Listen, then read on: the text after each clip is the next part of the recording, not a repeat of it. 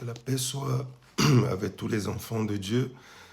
Je vous retrouve en ce jour, chers frères et sœurs, pour vous transmettre le message que j'ai reçu du Père.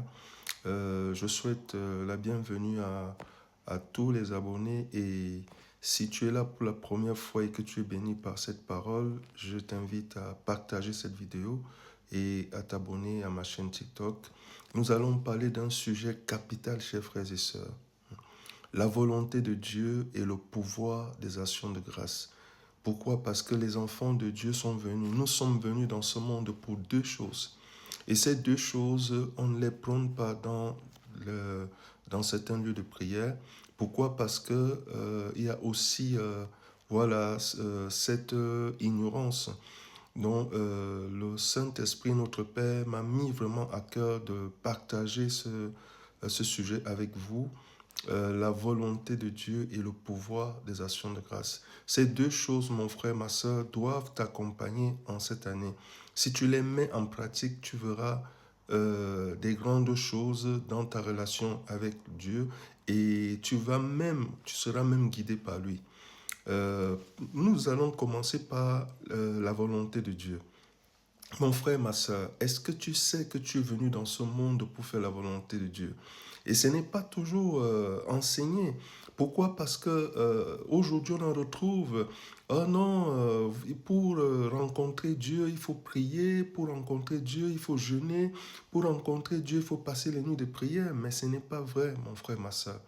Nous sommes venus dans ce monde pour faire sa volonté. Et voilà pourquoi beaucoup de gens n'ont pas encore expérimenté la présence de Dieu. Pourquoi? Parce que il ou elle, on ne leur a pas bien enseigné, on leur a dit que non, à force de se mettre à genoux, de faire... non, la prière, elle fait partie. Mais la prière n'est pas le point de départ. C'est ce que les gens ne savent pas. Il faut d'abord mettre la parole de Dieu en pratique. Le point de départ de la vie d'un enfant de Dieu, c'est la mise en pratique de la parole de Dieu. Ça n'a rien à voir avec la prière. C'est quand on met la parole de Dieu en pratique, alors on peut prier après. Parce que si on commence par la prière sans avoir mis la parole de Dieu en pratique, rien ne va évoluer. Parce que le moteur, ce qui donne la force à notre prière, c'est la parole de Dieu. Voilà pourquoi aujourd'hui, beaucoup de gens ne comprennent pas pourquoi leur vie n'évolue pas. J'ai beaucoup prié, je prie beaucoup, rien n'évolue.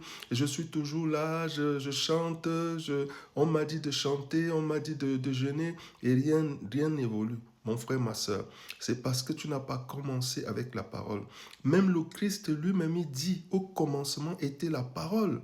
Et la parole était avec Dieu et la parole était Dieu. Donc si nous ne commençons pas avec la parole, il n'y aura pas d'évolution, chers frères et sœurs. Donc nous allons, pour introduire cette parole, je vais dans Matthieu chapitre 7, Matthieu chapitre 7 et je vais lire le verset à partir du verset 21. Ici même, mon frère, ma soeur, le Seigneur Jésus, le Christ dit même, il s'en va plus loin en disant que, suivant, et cette parole concerne les frères et sœurs, ceux qui vont dans les lieux de prière et ceux qui prient chez eux. Cette parole ne concerne pas les païens. Suivons bien. Le verset 21 dit, quiconque me dit Seigneur, Seigneur, n'entrera pas forcément dans le royaume des cieux, mais celui-là seul qui fait la volonté de mon Père qui est dans les cieux. Est-ce que nous venons de lire? Il dit que quiconque me dit Seigneur, Seigneur, n'entrera pas forcément dans le royaume des cieux. Mais il s'en va plus loin et capital en disant, celui-là seul qui fait la volonté de mon Père qui est dans les cieux. Mon frère, ma soeur, es-tu convaincu que tu fais la volonté du Père? Et si vraiment, mon frère, ma soeur, on ne t'avait pas enseigné cette parole, alors là, comprends aujourd'hui que tu te poses des questions pourquoi les choses n'évoluent pas dans ta vie, pourquoi tu ne vis pas la présence de Dieu. C'est parce que tu n'as pas commencé avec la volonté, demandant au Père, dans tes prières, Père, je veux faire ta volonté, je veux faire ta volonté, révèle-moi ta volonté. Voilà. Et le verset 22, il dit, Beaucoup me diront, aujourd'hui, c'est ce qui se passe aujourd'hui dans certains lieux de prière, il dit, beaucoup me diront en ce jour-là, Seigneur, Seigneur, n'est-ce pas à ton nom que nous avons prophétisé? N'est-ce pas à ton nom que nous avons chassé les démons? N'est-ce pas à ton nom que nous avons fait beaucoup de miracles? Alors je leur déclarerai, je ne vous ai jamais connu. Non, je leur déclarerai, retirez-vous de moi, vous qui commettez l'iniquité. Donc, nous venons, chers frères et sœurs, de lire que si nous ne commençons pas par la volonté de notre Père, rien n'évolue, rien ne va évoluer dans ta vie, mon frère, ma sœur. Expérimente toi-même, toi qui es vraiment attaché, je veux dire, à la prière.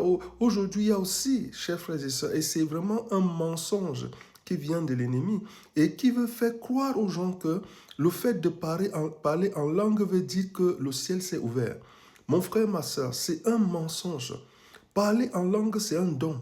Ça n'a rien à voir avec la volonté de Dieu. Vous pouvez faire des dons aux gens. Hein? Est-ce que ça veut dire que ces gens-là vous suivent? Vous pouvez faire un don à une personne. La personne est libre de suivre son chemin. Donc, le parler en langue est un don. Est un don que le Saint-Esprit a mis à la disposition de l'Église et ça n'a rien à voir avec son royaume. Donc, mon frère, ma soeur, si on t'avait dit que le fait de parler en langue, c'est vraiment c'est ça qui ouvre les portes du ciel. Ce n'est pas vrai, c'est un mensonge. Et moi, je peux vous dire, chers frères et sœurs, qu'il y a beaucoup de gens qui parlent en langue, mais qui n'iront pas au ciel. Il y a beaucoup de gens qui prophétisent, qui n'iront pas au ciel. Il y a beaucoup de gens qui chassent les démons, qui n'iront pas au ciel, parce que ce sont des choses du monde. Le Saint-Esprit a mis ça dans l'Église, et l'Église fait partie du monde. Donc, mon frère, ma sœur, la volonté de Dieu, c'est vraiment recevoir. Tu reçois les choses du Père que tu dois faire. Les choses que tu n'avais pas arrêtées. Et c'est là où on sent vraiment qu'on est guidé par le Père, parce que tu feras les choses qui ne font pas partie de ce que tu as planifié. Le Père te dira, fais ceci, fais cela, va faire ceci, va faire cela, va. Il va te guider et c'est ça la volonté de Dieu. Aujourd'hui, il y a beaucoup de gens qui viennent devant le Père avec leur propre volonté, avec ce qu'ils ont arrêté. Mon frère, ça ne marche pas, ma soeur, ça ne marche pas.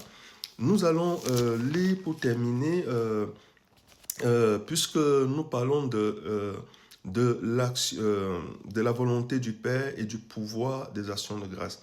Maintenant, le pouvoir des actions de grâce, chers frères et sœurs, le Christ nous a montré, tout est dans la vie du Christ dans ce monde. C'est parce que les gens aujourd'hui ne sont pas concentrés dans la parole. Hein. Les gens se disent que non, il faut mettre la parole de Dieu en pratique. Si nous allons dans Jean, chapitre 11, ici, le Seigneur Jésus